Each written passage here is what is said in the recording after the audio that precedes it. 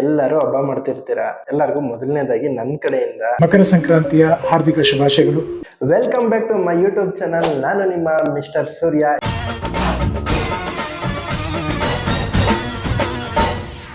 ಯಾರಾದ್ರೂ ಮೊದಲನೇ ಸರಿ ನನ್ನ ವಿಡಿಯೋ ನೋಡ್ತಾ ಇದ್ರೆ ದಯವಿಟ್ಟು ಚಾನಲ್ ಸಬ್ಸ್ಕ್ರೈಬ್ ಮಾಡಿ, ಲೈಕ್ ಮಾಡಿ, ಶೇರ್ ಮಾಡಿ.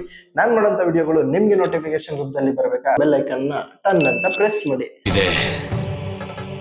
ಇಲ್ಲೊಂದು ಸಮಸ್ಯೆ ಖಂಡಿತ ಇದೆ. ಇವತ್ತು ಯಾವ್ದ್ರ ಬಗ್ಗೆ ವಿಡಿಯೋ ಮಾಡ್ತಿದ್ದೀನಿ ಅಂದ್ರೆ ನನಗಂತೂ ಈ ಜೀವನವೇ ಬೇಸರ ಆಗೋಗ್ಬಿಟ್ಟಿದೆ. ಸಾರಿ ಇವತ್ತು ನಾನ್ ತಗೊಂಡಿರೋ ಟಾಪಿಕ್ ಬಂದು ಈಗ ರೀಸೆಂಟ್ ಆಗಿ ರಿಲೀಸ್ ಆಗಿರೋ ಕನ್ನಡದ ಹೆಮ್ಮೆಯ ಚಿತ್ರ ಚೂಮಂತರು, ಹಾಗೆ Telugu game changer cinema topic. Kannada ಸಿನಿಮಾಗೆ ಯಾವಾಗ್ಲೂ ಮೋಸ ಆಗುತ್ತೆ. ಏನಕ್ಕೆ ಅಂದ್ರೆ ನನಗೆ 2 ಪಾಯಿಂಟ್ ಮಾತ್ರ ಗೊತ್ತು. ಒಂದು, ತೆಲುಗು ಸಿನಿಮಾ ರಿಲೀಸ್ ಆಗೋ ಟೈಮಲ್ಲಿ ನಮ್ಮ ಕನ್ನಡ ಸಿನಿಮಾ ರಿಲೀಸ್ ಆದ್ರೆ ಥಿಯೇಟರ್ ಓನರ್ಸ್ ನಮ್ಮ ಕನ್ನಡ ಸಿನಿಮಾನ ತಗೊಳ್ಳಲ್ಲ, ತೆಲುಗು ಸಿನಿಮಾನ ತಗೊಂತಾರೆ. 2ನೇ ಪಾಯಿಂಟ್ ಬಂದು ನಮ್ಮ ಕನ್ನಡದಲ್ಲಿ ಕೆಲವು ಹೀರೋಗಳು 3 ವರ್ಷಕ್ಕೆ 4 ವರ್ಷಕ್ಕೆ ಒಂದು ಸಿನಿಮಾನ ಮಾಡ್ತಾರೆ. ಹೊಸಬರ್ ಸಿನಿಮಾ ಆಗ್ದಾಗ ಹೌಸ್ಫುಲ್ ಏನ್ ಆಗೋದಿಲ್ಲ. ಇದರಿಂದ ಕನ್ನಡ ಸಿನಿಮಾ ಟೈಮಲ್ಲಿ ಬಂದ್ರೆ ಅವ್ರು ತಗೊಳ್ಳಲ್ಲ, ಅದ್ರ ಬದಲು ತೆಲುಗು ತಗೊಂತಾರೆ ದುಡ್ಡು ಮಾಡ್ಕೊಳಕ್ಕೆ. ಮತ್ತೆ ಟಾಪಿಕ್ ಬಿಟ್ಬಿಟ್ಟು ಹೋಗ್ಬಿಟ್ಟೆ. ಈಗ ಟಾಪಿಕ್ ಬರೋಣ. ಗೇಮ್ ಚೇಂಜರ್ ಸಿನಿಮಾ ನೋಡ್ತಾ ನನ್ನ ಮೂಡೇ ಚೇಂಜ್ ಆಗೋಯ್ತು. ಏನಕ್ಕೆ ಅಂತ ಕೇಳ್ತೀರಾ? ಹಳೆ ಸಿನಿಮಾದ ಸ್ಟೋರಿ ತರ 5-6 ಸಾಂಗು, ಅನ್ಲಿಮಿಟೆಡ್ ಫೈಟ್, ಅದ್ರಲ್ಲೂ ಬೆಜಾನ್ ಬಿಲ್ಡಪ್.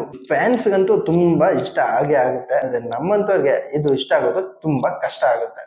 ಸಿನಿಮಾದಲ್ಲಿ ಒಬ್ಬ ಪೊಲಿಟಿಷಿಯನ್ಗೂ ಒಬ್ಬ ಕಲೆಕ್ಟರ್ಗೂ ಯಾವ್ದಾವ್ದು ರೀತಿ ಪವರ್ ಇರುತ್ತೆ ಅನ್ನೋದು ಸಿನಿಮಾದಲ್ಲಿ ತೋರಿಸಿದ್ದಾರೆ.